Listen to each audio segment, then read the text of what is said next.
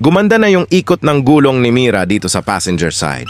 Dati medyo pigil yung ikot niya. Pinalitan ko kasi itong passenger side ng caliper kit. Kasi yung sa driver side, nauna ko napalitan, mga ilang buwan na rin. Medyo namaga na kasi itong lumang caliper pin bushing. Kaya siguro nag-i-stock up yung brake ni Mira. Hindi ko na muna pala ikakabit itong caliper dust cover at o-ring kasi goods pa naman sila nung sinilip ko. Mas mura pala itong caliper kit na nabili ko kaysa dun sa una kong nabili. At so far, same lang naman sila ng quality. Itong top 1 lithium-based high-temp grease ang gagamitin natin. Isuksok ko muna itong isang bushing. Saka ko siya hatakin sa inner slot niya.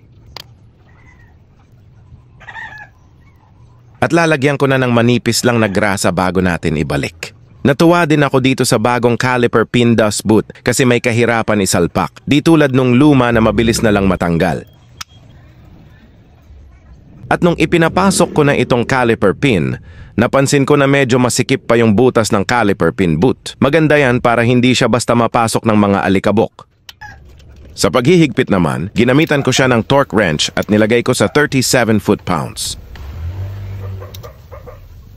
Inapakapakan ko naman yung brake pedal saka ko titingnan kung effective yung ginawa natin.